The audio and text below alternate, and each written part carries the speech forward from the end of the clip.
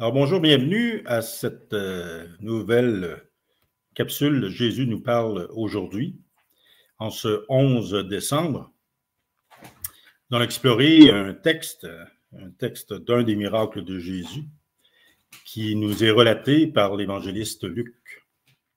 Le ciel et la terre éclataient de joie, le divin enfant est né.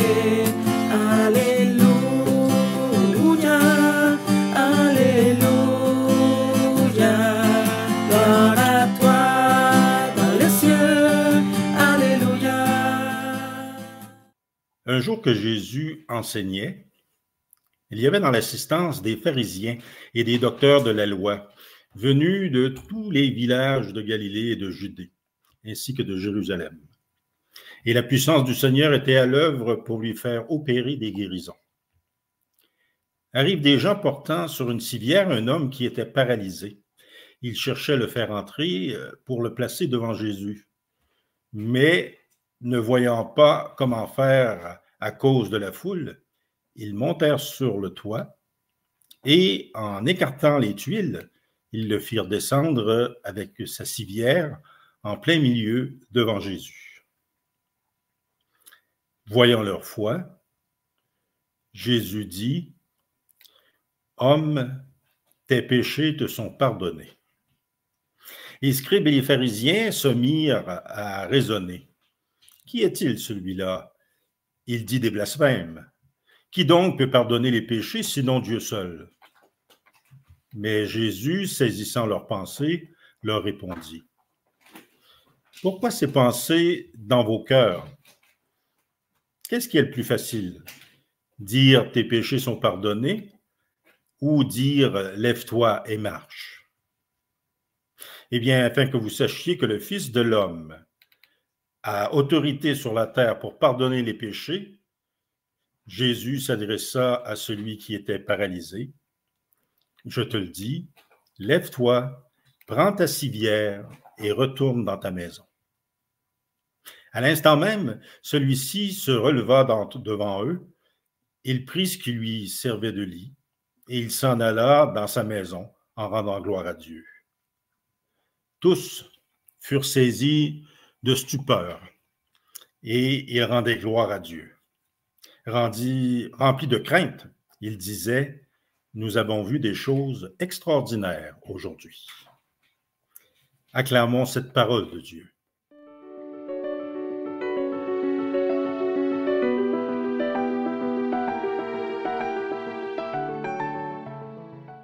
C'est un texte qui est très intéressant parce que les miracles de Jésus, souvent, on va s'arrêter sur la dimension extraordinaire du texte. Au sens où, dans le texte qui nous concerne ici, le miracle, si je vous demandais quel est le miracle de Jésus, que Jésus opère dans cette histoire, tout de suite on dit c'est la guérison. C'est la guérison du paralysé, ses jambes sont guéries. Mais dans le fond, quand on va regarder le texte du début jusqu'à la fin, on se rend compte que Jésus opère et Jésus confirme, dans le fond, avant d'opérer son miracle, de rendre l'usage de ses jambes à cet homme, Jésus va constater chez lui qu'il y a déjà, à l'intérieur de cet homme, deux miracles, si on peut dire. Il y a déjà deux façons de vivre, deux qui font en sorte que le miracle est déjà prêt à se réaliser. D'abord, la foi. La foi de l'homme qui est paralysé, mais aussi la foi de ses amis qui l'amènent avec eux. Cet homme qui est paralysé, on nous dit, on cherche à l'amener devant Jésus, mais il y a trop de monde. Donc, c'est sûr que si Jésus l'a guéri de sa paralysie, il ne s'est pas emmené à pied pour se faire guérir. Donc, ceux qui vont l'amener aussi, à quelque part, ont la foi, ont l'espérance que le contact avec Jésus va faire en sorte que la guérison va se produire. Donc, c'est un acte de foi, un acte d'espérance. On se déplace vers, on se déplace à la rencontre. Cette dimension-là est très importante. On a ici des personnes, on a un paralysé, puis on a des personnes qui vont se diriger vers Jésus, vont aller vers lui, puis vont faire en sorte que de lui d'être une expression de foi que Jésus va reconnaître. Il va dire, il va voir en eux la foi, il va voir en l'homme paralysé sa foi. La deuxième chose qui est importante à retenir sur ce texte, c'est que tout de suite, Jésus, avant même de parler de la paralysie de l'homme, ce qu'il va lui dire, tes péchés sont pardonnés. Tes péchés sont pardonnés. Une guérison intérieure. Une guérison intérieure que seul l'homme lui-même et Jésus connaît. Le deuxième point important du texte, le deuxième temps du texte, c'est la dimension du pardon. La guérison par le pardon, la guérison intérieure que Jésus va accorder à cet homme-là. Cette guérison-là,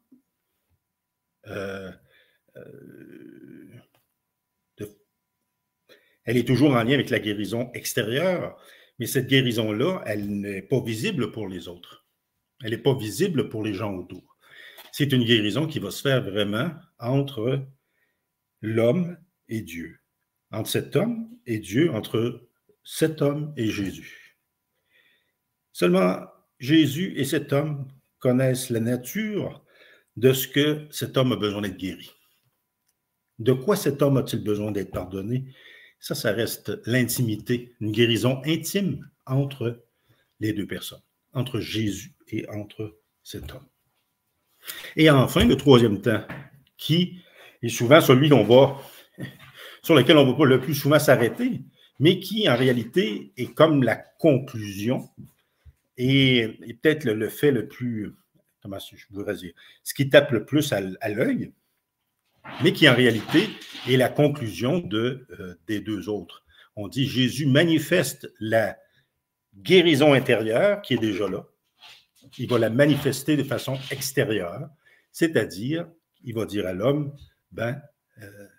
tes péchés, si ont été pardonnés, maintenant, tu es libre.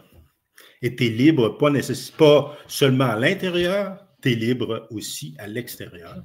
Et il va dire au paralysé, lève-toi, prends ta civière et rentre chez toi. Donc, il va lui dire, lève-toi, marche. Ce qui t'enfermait sur toi-même, ce qui t'empêchait d'être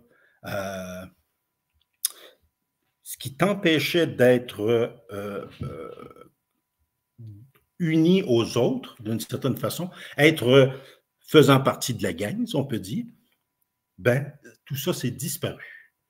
Alors maintenant, pour que les autres voient bien qu'il s'est passé quelque chose à l'intérieur, pour que les autres voient bien que c'est ta foi qui te sauve,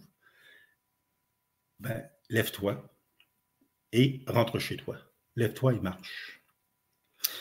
Bon, on pourrait s'attarder plus longtemps sur toute la question des pharisiens qui vont dire cet homme, pourquoi cet homme pardonne les péchés, etc. Mais c'est pas là l'essentiel du texte. Parce que cette gradation-là, en 3 temps, c'est cette gradation-là qui doit nous rester dans la tête, à nous aussi aujourd'hui. Hein? Souvent, on va chercher, même à l'intérieur de notre foi, puis on va chercher du réconfort, je dirais, à travers ce qui peut être merveilleux. On voudrait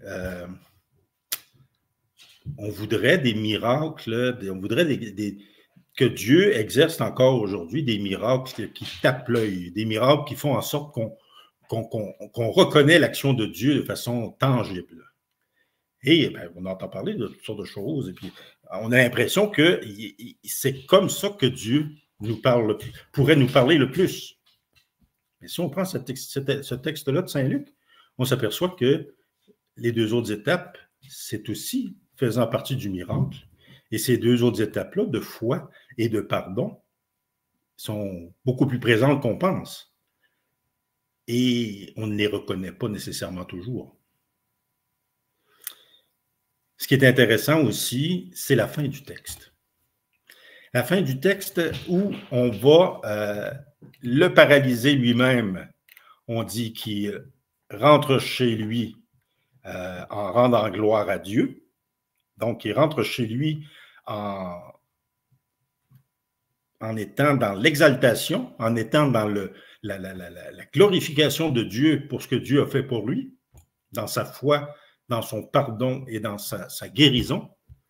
Et on nous dit, ceux qui sont là aussi, ceux qui ont été témoins de ça, ils rendent gloire à Dieu. Ils n'ont peut-être pas tout compris ce qui venait de se passer, mais ils rendent gloire à Dieu, eux aussi, pour le fait que cet homme est transformé. Nous avons vu des choses extraordinaires aujourd'hui. On a vu des choses qui sortent de l'ordinaire aujourd'hui. Le mot extraordinaire, c'est ce qu'il veut dire. Jésus les a sortis de leur ordinaire. C'est peut-être ça qu'il faut apprendre à être capable de lire autour de nous comment Dieu, à chaque jour de notre existence, Dieu veut nous sortir de notre ordinaire. Dieu veut faire en sorte qu'on soit dans une façon de faire qui est extraordinaire. Donc, en ce 11 décembre, on est en plein temps de l'Avent.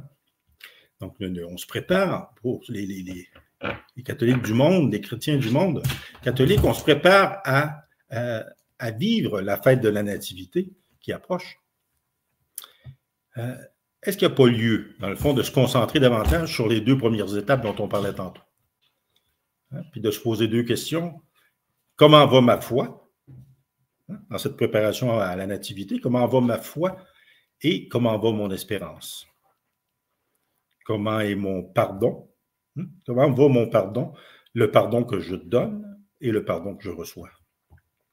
C'est les deux questions avec lesquelles je vous laisse aujourd'hui. Je vous invite à y réfléchir. Je vous invite à avoir peut-être une méditation même autour de ça. Et je demande au Seigneur, à travers vos journées, qu'il apporte sur vous sa bénédiction et qu'il apporte sur vous aussi des yeux qui s'ouvriront pour voir l'extraordinaire que Dieu fait pour vous quotidiennement. Au nom du Père, du Fils, du Saint-Esprit. Amen. On se revoit bientôt.